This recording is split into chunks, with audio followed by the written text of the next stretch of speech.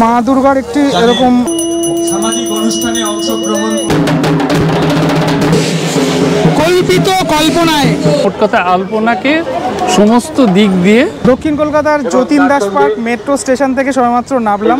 এই metro station থেকে নামার পরেই হাজরা পার্কের যে পুজোটা সেই পুজোটা দেখতে পাওয়া যায়। আজকে 2024-এ হাজরা পার্ক দুর্গোৎসবের খুঁটি পুজো, অর্থাৎ খুঁটি পুজোর মাধ্যমে আজকের যে এবছরের যে দুর্গাপুজো সেই দুর্গাপুজোর শুরু করতে চলেছে হাজরা পার্ক দুর্গোৎসব কমিটি। সুন্দর করে সাজানো গোছানো, চারদিকটা এরকম কার্পেটের মধ্যে দিয়ে আমি প্রবেশ করছি। লাস্ট ইয়ারও দেখেছিলাম এখানে অটো দিয়ে একটা প্যান্ডেল করা হয়েছিল। এবছর কি দেখতে পারবো সেটা তো আমি তোমাদেরকে জানাচ্ছি। ঠিক এই হচ্ছে পূজা প্রাঙ্গণ বা পূজা প্রিমিসেস, যেখানে পুরোপুরি এই টোটাল এলাকা জুড়ে পুজোটা সম্পন্ন হয়ে থাকে। প্রতি বছর আমরা দেখে থাকি যেটা। আচ্ছা, এইখানটাতে মেনলি পুজোটা কমপ্লিট হচ্ছে আর বিশিষ্ট মানুষরা এইখানে আসবেন। এই যে একটা স্টেজ করা হয়েছে এখানে সুন্দর করে, এবং একটা সুন্দর একটা মহল তৈরি হয়েছে জায়গাটা। প্রথমেই আমি একটুখানি খুঁটির যে অংশটা এবং খুঁটির পুজোর যে অংশটা সেই জায়গাটাতে চলে এসেছি। পুজো প্রায় শেষ লগ্নে এখানে, ঠিক আছে, হোম হচ্ছে এখন। এই হোমের মাধ্যমে পুজো শেষ হয়, আমরা সকলেই সেটা জানি আর কি। আর ওই দিকটাতে খুঁটিটা রাখা রয়েছে যেটার হাত ধরে টোটাল এই মণ্ডপটা তৈরি হবে। একটু কাছ থেকে দেখানোর জন্য চলে আসলাম, যেখানে ওপরে একদম ওপরের অংশটাতে মা দুর্গার একটি এরকম মুখমণ্ডলের অংশটা রয়েছে এবং এটা কুলোর মধ্যে রয়েছে, ঠিক আছে। আর এই যে মঙ্গল ঘট ওখানে রয়েছে। এই জায়গাটা খুব এই মুহূর্তে যেহেতু পুজোটা চলছে তাই এখানে আগুনের তেজটা অনেকটাই, অনেক মানুষজন যারা উপস্থিত হয়েছেন এখানে। এইটা ঠিক ফ্রন্টটা, আমি একদম যে মেন ডায়াস, সেই ডায়াসের পিছনের দিকের অংশটাতে রয়েছি। ঠিক এমন করে সাজানো একটা এরকম সামিয়ানা টাইপের, আর এরকম উপরে বিশাল একটা ঝাড় রয়েছে, ঠিক আছে। চারিদিকটা এরকম করে সাজানো গোছানো, এবং এই জায়গাটাতে খুঁটিটা পোতা হবে।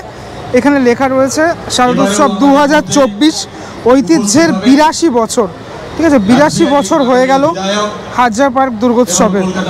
যদি তুমি আমাকে জিজ্ঞাসা করো যে হাজরা পার্কের পুজোর সম্পর্কে আমার অভিজ্ঞতা ওভারঅল আমি প্রতি বছর দেখে থাকি, এই পুজোটা দেখে থাকি ওভারঅল। আর কিছুক্ষণের মধ্যেই খুঁটিটাকে এখানে নিয়ে আসা হবে আর কি। তো লাস্ট 80 ইয়ার্সে দেখেছি আমি, 81 বছরও দেখেছি এবং 82 বছরও দেখতে চলেছি আমি এই পুজোটা। পুজোর এই সময়গুলোতে খুঁটি পুজোর সময়গুলোতেও না পুজোর যে আমেজটা, সেই আমেজটা পাওয়া যায়। কারণ এরকম ধুনোর গন্ধ টন্ধ এইগুলো যেহেতু থাকে, পুজো পুরোপুরি হয়। এই যে মন্ত্র উচ্চারণ করছেন ঠাকুর মশাই এখন। এবং আমাদের এই 82 বছরের যে তথা রাজশাহী বিধানসভা কেন্দ্রের মাননীয় বিধায়ক এবং কলকাতা পৌরসভার মাননীয় মেয়র পরিষদ শ্রী দেবাশিস কুমার মহাশয়, তাকে অসংখ্য ধন্যবাদ এবং কৃতজ্ঞতা জানাই। কলকাতা পৌরসভার হরিজন সমাজ সামাজিক অনুষ্ঠানে অংশগ্রহণ করতে দেওয়া হতো না কাস্ট ব্যবস্থার মাধ্যমে।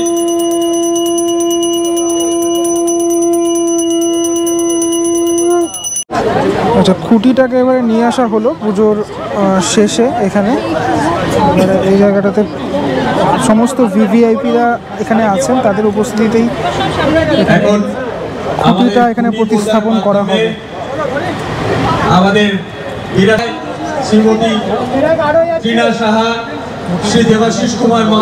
সকলে একত্রে রয়েছেন এবং সাথে সাথে ছবিও তুলছেন সবাই, কেননা এটা একটা বিশেষ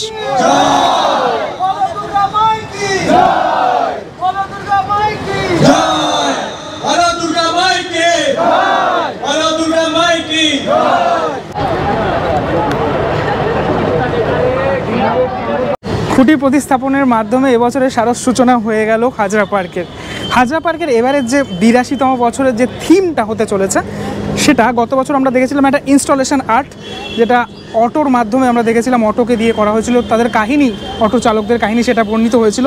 এবছর যেটা করা হবে সেটা হচ্ছে একটা আর্ট ফর্মকে তোলা হবে, এরকম ইনস্টলেশন আর্ট নয়, একটা আর্ট ফর্মকে তুলে ধরা হবে। হাজরা পার্কের, পুরনো হাজরা পার্কে আমরা দেখতে পাবো, ঐতিহ্যের হাজরা পার্কে দেখতে পাবো।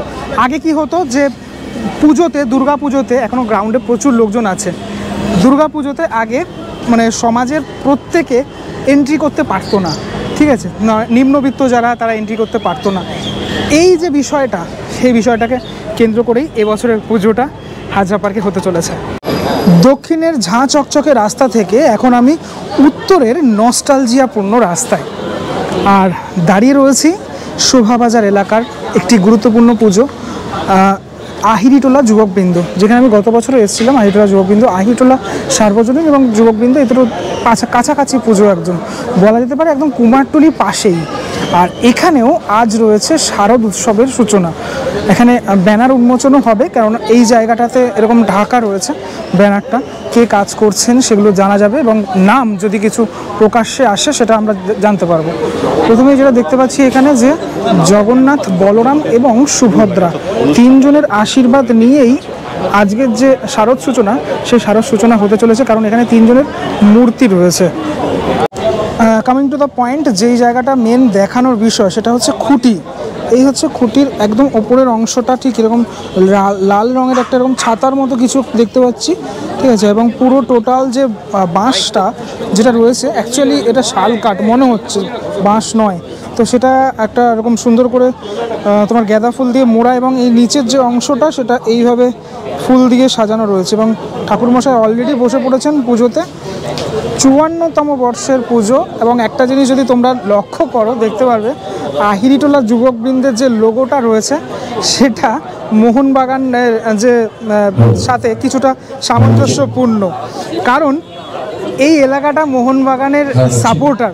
যদিও আমি ইস্টবেঙ্গলের সাপোর্টার, তবু মোহনবাগান ছাড়া ইস্টবেঙ্গল কখনোই মানে পূর্ণ নয়, এবং ইস্টবেঙ্গল ছাড়া মোহনবাগান পূর্ণ নয়, এটা আমি বলবো আমি। যাই হোক, খুঁটি পুজো সেটা ইতিমধ্যেই স্টার্টেড, মানে বলা যেতে পারে স্টার্টেড। এখানে একটা ডায়াস করা হয়েছে, যেখানে পুরনো বছরগুলোর যে পুজো, সেই পুজো এখানে দেখানো হচ্ছে জায়ান্ট স্ক্রিনের মাধ্যমে। সুন্দর একটা মঞ্চ, যেখানে পুরনো বছরের যত স্মৃতি, সেই স্মৃতিগুলো দেখতে পাওয়া যাচ্ছে এই এখানটাতে। দেখো এখানে যে কলকা করা, আলপনা দেওয়া, সব কিছু দেখা যাচ্ছে।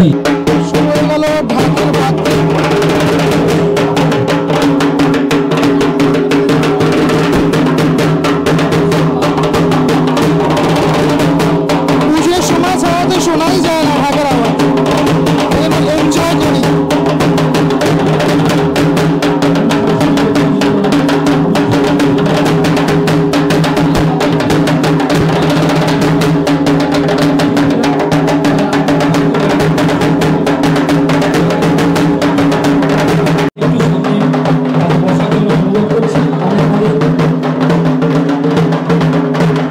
চলো, ইতিমধ্যেই পুজো স্টার্ট হয়ে গেল, ঠিক আছে।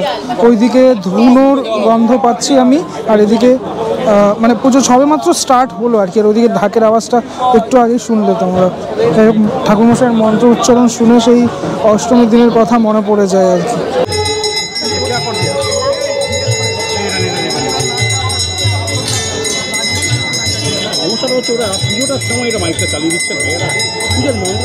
সেখানে সাংস্কৃতিক মঞ্চে অনেকদিন পরে একটা জিনিস আমি শুনতে পেলাম, এগুলো দেখা যায় না আজকাল, বলা যেতে পারে শ্রুতি নাটক, যেটা প্রায় হারিয়ে গেছে বলা যেতে পারে।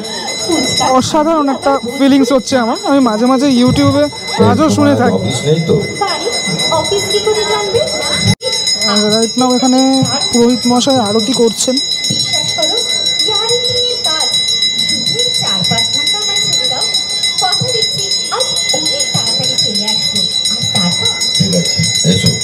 ভিক্টোরিয়া মেমোরিয়ালের দিনগুলো, আমাদের বিয়ের আগে সেই আলাপ প্রলাপ আজ কেমন ঝাপসা, অথচ তোমার ওই অফিস ফাইল, টাইপরাইটার, বসাই, ওভার টাইম, এগুলো রাইট নাও এখানে থিমটা প্রকাশ হবে একটু বাদেই।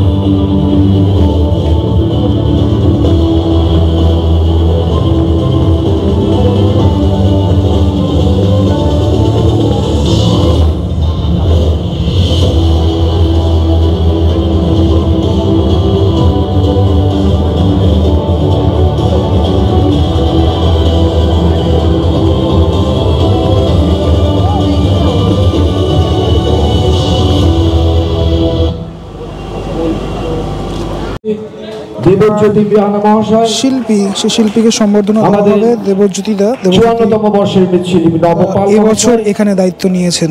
শ্রী দীপঙ্কর দে মহাশয় এবং দেবাশিস বাসু মহাশয়কে মঞ্চে ডেকে দিলাম একে একে। 54তম বর্ষের আহিরিটোলা সার্বজনীন যুবক বৃন্দের তরফ থেকে অঞ্চলের প্রতিটি মানুষকে জানাই প্রাক শারদীয়ার শুভেচ্ছা।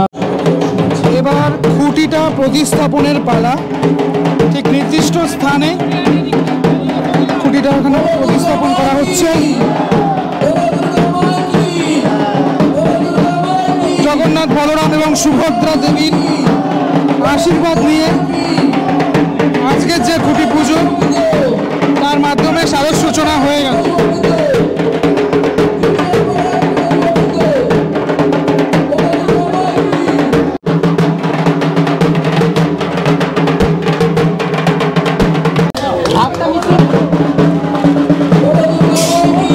বছরের ব্যানার দেখতে পাচ্ছ, ধীরে ধীরে উন্মোচিত হতে চলেছে। শিল্পীদের নাম এবং ছবি রয়েছে। কল্পিত কল্পনায় আহিরিটোলা যুবকবৃন্দ, দেবজ্যোতি জানা, নবকুমার পাল।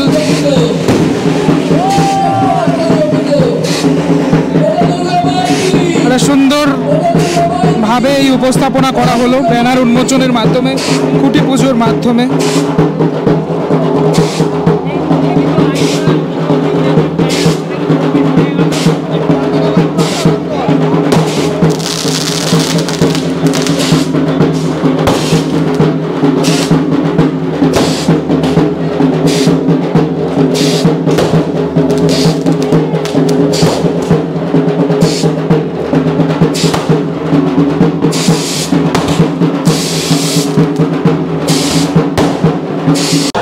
বাবু, আপনি এবছর এখানে দায়িত্বে রয়েছেন। কল্পিত কল্পনায়, এটা তো আমরা দেখলাম, আপনার মুখ থেকে একটুখানি জানতে চাই ওই ব্যাপারটা। হ্যাঁ, প্রথমত এখন শিল্পী দেবজ্যোতি জানা এবং এখানকার যিনি অন্যতম কর্ণধার শ্রী দুলাল শীল মহাশয়, এরাই আমাকে প্রথমে আকর্ষণ করেন আর কি, যে না আপনি এই পুজোর যে আলপনা নিয়ে ভাবনা চিন্তা যদি এটা আপনারা করেন। তা এই জায়গাটা এসে আমি অনেক দিন দ্বিধাদ্বন্দ্বের মধ্যে থেকেও তারপরে আমি আস্তে আস্তে ঢুকে গেছি, কারণ এটা আমার একটা প্রিয় বিষয়। এবং এই বিষয়টাকে নিয়েই একদিকে যেমন দুর্গা প্রতিমা, আর একদিকে হচ্ছে মণ্ডপসজ্জা, এবং আর একদিকে থাকছে এইদিকে যে রাস্তার ওপরে আলপনা ইত্যাদি। মোট কথা আলপনাকে সমস্ত দিক দিয়ে এটাকে প্রতিফলিত করা, সেইটাই। তাহলে আমরা কি এবছর এখানে আলপনা সমৃদ্ধ কিছু কাজ দেখতে চলেছি? হ্যাঁ হ্যাঁ, সম্পূর্ণ আলপনা সমৃদ্ধ, এবং নিশ্চয়ই তার মধ্যে স্থাপত্য থাকবে, কারণ স্থাপত্য কিন্তু আলপনার একটা অঙ্গ। এটা স্থাপত্য না হলে হয় না। আর এমনিতেও আমাদের মণ্ডপ করতে তো স্থাপত্য লাগেই, স্থাপত্য পরিকল্পনা একটা লাগেই, তাই সেটার সঙ্গে আলপনা কিন্তু ওতপ্রোত জড়িয়ে থাকবে। স্থাপত্য বলতে কি এখানে মন্দিরের আদলে কিছু? না, কোনো মন্দির নয়। স্থাপত্য মানে যে কোনো, যেমন এই সামনের বাড়িটা, এই ব্যানারটা, সমস্তই স্থাপত্য মানে আকার, সেই দিক দিয়ে আকার আর কি, একটা আর্কিটেকচারাল ফর্ম। হ্যাঁ, এই স্থাপত্য আকার যেটা, সেইটার কথা বলছি। কাজ কবে থেকে শুরু হচ্ছে? কাজ তো শুরু হয়ে গেছে, ভাবা ইত্যাদি শুরু হয়ে গেছে, এবং এটা একদিক দিয়ে লেআউট মানে খসড়া, যেটা বারবার লেআউট, বারবার পরিমার্জন ইত্যাদির মধ্যে দিয়ে এগিয়ে চলেছে। তাহলে কল্পিত কল্পনায় এবছর এই যে নামটা, সেটার মাধ্যমে সুধীর বাবুর কাছ থেকে যেটা আমরা জানতে পারলাম, উনি মানে আলপনার একটা বিখ্যাত মানুষ, বিখ্যাত শিল্পী। এবছর পরিচয় হলো ওনার সাথে, আমার প্রথমবার পরিচয় হলো। আলপনা নিয়ে কোনো একটা কাজ পুরোপুরি এই রাস্তা জুড়ে বা কোনো একটা স্থাপত্য ঘিরেও, যেটা বললেন উনি, সেটা থাকবে। আলপনা তো বাংলার ঐতিহ্যে একটা অঙ্গ বলা যেতে পারে। আমাদের প্রত্যেকের বাড়িতে লক্ষ্মী পুজোয় আমরা আলপনা দিয়ে থাকি। দেখা যাক কী বিষয়, মানে আমারও খুব পছন্দের একটা সাবজেক্ট আলপনা, ঠিক আছে, আমার ভালো লাগে ব্যাপারটা, যেহেতু আর্ট আমার খুব ভালো লাগে। চলো পরবর্তী ব্লগে দেখা হচ্ছে খুব শীঘ্রই। ততক্ষণের জন্য বিরতি নেবো, এখন বাড়ি যেতে হবে। ততক্ষণের জন্য বিরতি, টাটা, ভালো থাকবেন সবাই।